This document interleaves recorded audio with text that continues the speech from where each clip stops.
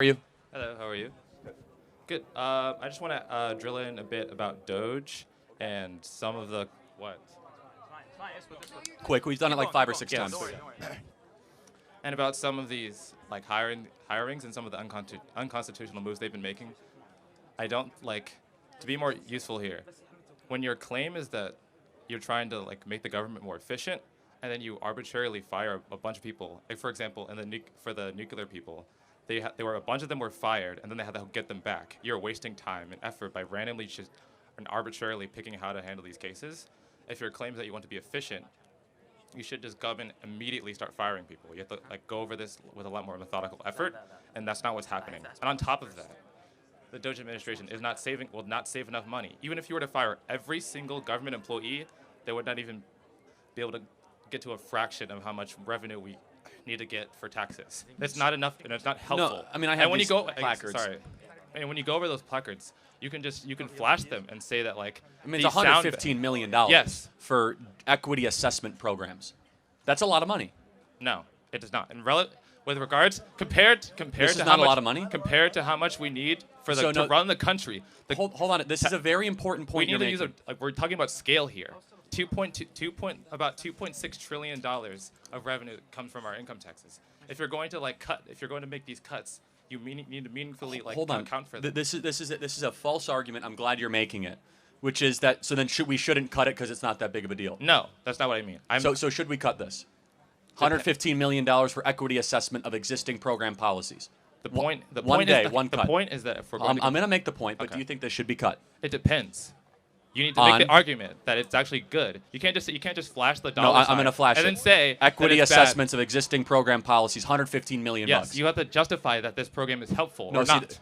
You have to justify the existence of the program. Yes, it should not exist. Why? Why does it not exist? Well, Why first should of it not all, exist? the president signed an executive order saying no more DEI. Okay. Equity assessment should have no place in the U.S. government because Why? equity is not constitutional. It's not in the U.S. Constitution. It's not an American value. Why? It's about It's not like- redistribution. And Yes, $115 million is a grotesque amount of money to spend on it. So you should get rid of it to save taxpayer money. Now, it's not to your saving point, taxpayer money. it's $115 million to get rid of this. Now, it's also $144 million here of empty buildings. How about empty buildings? Again, you can't just say empty building. Well, you have they're- to like go over a detail. No, we did. That's why there's 97 of them. They reviewed the leases. They're vacated Yes. because of COVID. That's $144 million. So right here, I have $330 million. We're going to keep going, right? Yeah, you can keep doing that. No, but but- you have to actually just justify why the policies see, are helpful or not. this is They what's can interesting. Like you can say how much they cost. Hold on but a if second. they do something useful for the government, they're- then their prices make sense. They're empty buildings. What use is happening for them other than landlords getting rich for nothing? The point is this. You think the government is innocent until proven guilty. I think the government, after what we've learned, is guilty until proven innocent. They have to justify why this money is being spent in the first place. Wait a minute. That's how the law works. Innocent until proven guilty. You have to prove that That's not how taxpayer money works, though. It's that if we find waste, you're going to have to over-justify why this exists in the first place. Yeah, Secondly, but you just hold on. fire them. You just like get rid of the program automatically before like you've done the work to like. But let me go back to one more thing. This is an argument they're making. Oh, it's not that much money. Even if you only save $100 in taxpayer money, that is a moral fight worth having. That attitude is why we're $35 trillion in debt. Secondly, which is very important, if you annualize Doge's savings, you know how much they're on pace to save this year? $1 trillion. $1 trillion, which would then get us on path for a balanced budget. They're on pace because you say, oh, it's only $1 billion here. They've been in for 6 weeks. They've already saved $100 billion. By December, they'll be at $1 trillion. Our deficit is $1.6 trillion. We're going to lower our deficit in such an increasingly important way, and you're going to learn that you actually don't need these government agencies to run a country, that these people are unnecessary, it's bloated, these bureaucrats don't do anything all day long, and we need to right-size it because we're a nation in debt. We know we're $35 trillion in debt. Yes. In debt. Yes. And the only way we're going to get out of it is if we're honest, be like, how about no more empty buildings? No more $115 for equity assessment way we get out program. of it is by increasing Biodiversity in taxes. Nepal, $19 million? Again, those can be important. You have to like those could be helpful. Okay, so how could biodiversity in Nepal for $19 million? We spent $20 million for a new Sesame Street in Iraq. It's true. You guys can look it up. Yes. $20 million for New Sesame Street in Iraq. And because no one has ever had the courage to look through the books and look and examine the expenditures. But that's not what's happening. No, it has happened. No, Biden, Obama, they never looked through any of the federal expenditures. and we got to $35 trillion in debt. This is the first time in my lifetime we have an administration going after the waste, going after the size of government to balance the budget so that you guys don't live as indentured servants and Russian serfs for the rest of your life. Tell him, Charlie! Tell him! Well, I just want to say, like, Brother. what? Go ahead. You don't need to interrupt people. Thank you. Going, bro. It's fine. The point is, when you want to deal with this problem, you can either increase taxes or cut spending massively. Like, the point is that, like, these programs aren't efficient and helpful for getting to that goal. Yes, I just proved to you that they're on pace for $1 trillion you of did not cuts. just prove that. Like, but even if it's only $1 billion or $2 billion, that's admirable and noble. That's just so we're clear. Is twofold. You have to both justify that these programs are bad, and then no, you can flash this on. This is a program. It costs this much money. We should cut it. That's not an argument. For why the program $1.5 is million good. for voter confidence in Liberia. Again, you can say that. Do you know anything about Liberia? I mean, I happen to know a lot about it, but that's a separate issue. It's not about what I know. It's about the people in the government making these decisions. Yes, and they have proven themselves to be robber barons over the last 20 years. They're spending your money with reckless abandon and total indiscretion. And it's time that this is what's important. It's we the people, not we the government workers. And we've taken back the government. The government workers are also American people. Yes, but who works for who? Do we work for them or do they work for us? Which one? Yes. They work for us. Obviously. They work for us, yes. So we voted in November by popular vote and electoral vote landslide that this crap is over. And that's what we're doing. We overwhelmingly spoke. And so we're going to go piece by piece, department by department, and this is why it's important. You guys deserve a future where you don't have $35 trillion in debt, where you don't have $1 trillion deficit. You're not solving that problem by doing this. Again, mean. $1 trillion. You have to address this. They're on pace to cut $1 trillion by December. That's big. Big. That's 75% of our deficit. Okay.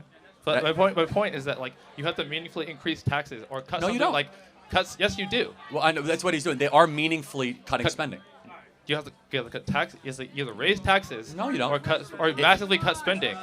Got it. Let me just ask one final question. Yes. If Trump and Elon get this done and balance the budget and cut all this, will you give them credit?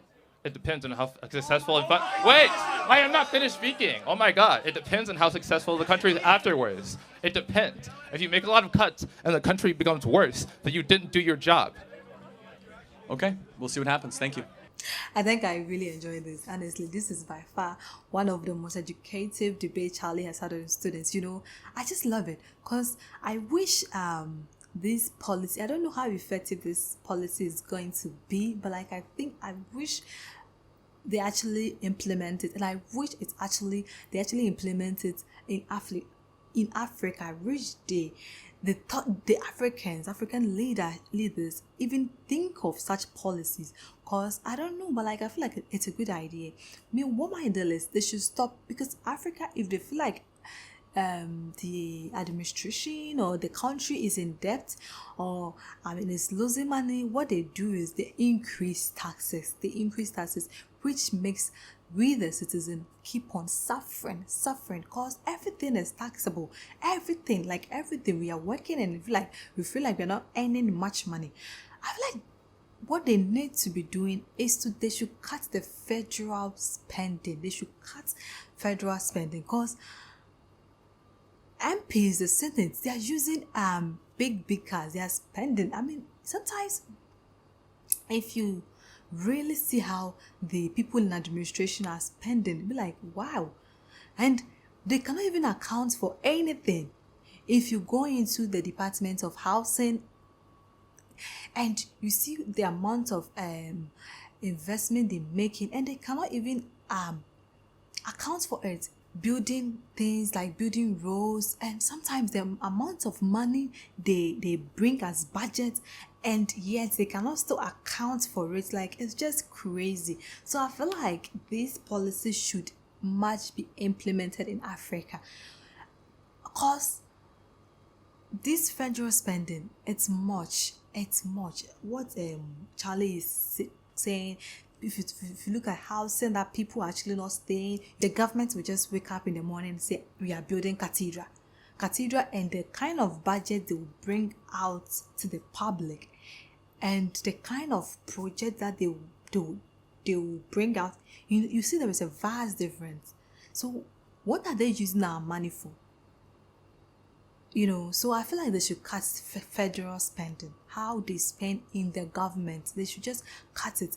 Nothing that can't be accounted for should be just taken out from whatever project they are doing, because we cannot keep paying taxes. As Charlie Kirk said, they are working for us. It's like the rate at which we are paying taxes, like we are working for them and they are spending. But the truth is, they are working for us. They are working for us, and there is hard time they understand, and hard time we have to understand that we are working for them, because we keep on paying taxes for everything. And now policies that they are making, it looks like we are paying taxes for even the water we drink. We are paying taxes for everything, and yet we are not seeing the impact of it. So I feel like, yes, this policy, it's a good deal. Now, it's not only America alone or US alone. It should be implemented whole wide world, especially in Africa. Cut federal spending. We need to know what they are using our money for. Whatever project whatever projects that cannot be accounted for, whatever budget that cannot be accounted for, they should just take it out.